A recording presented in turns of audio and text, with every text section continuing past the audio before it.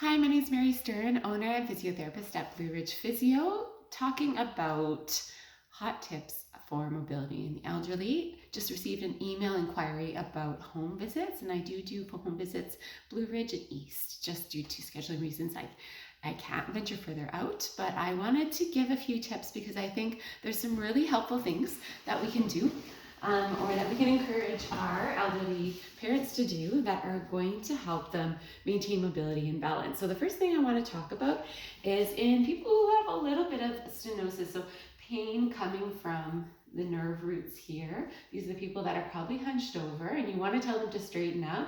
But guess what? That's actually going to increase their pain. So people who are hopefully using a mobility aid, now you still do want to encourage them to strengthen these muscles here because each time they get up from a chair, if you don't have good strength here, then you actually compress and hurt even more.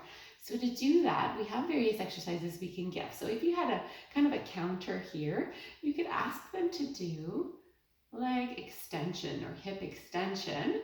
And also, I like to cheat and do a bit of a diagonal hip extension instead of just straight out. So we're trying to get the back of the bum here. We're trying to get the side, but go a little bit back. Otherwise, it tends to get really hippy here.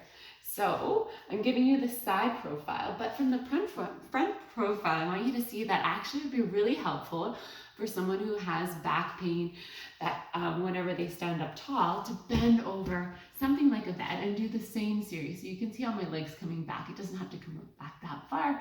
It can come out to the side.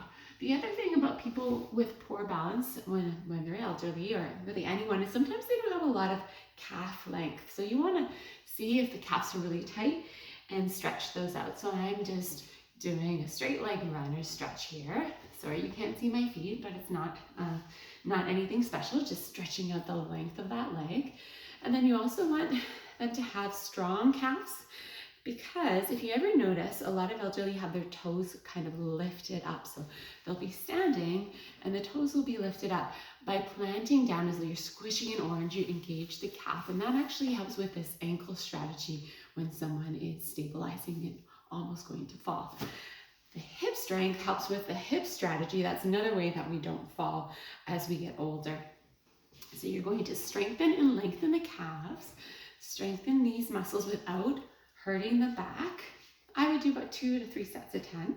And then the other thing that you want to do is encourage balance. So with encouraging balance, I'm just going to come out here so you can see me a little bit better.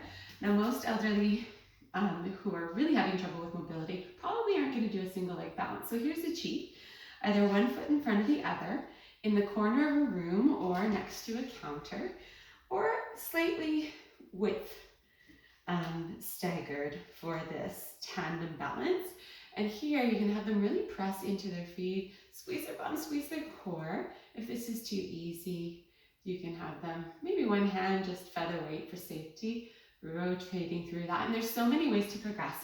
This is not meant to substitute an in-home physio visit or an in-clinic physio visit.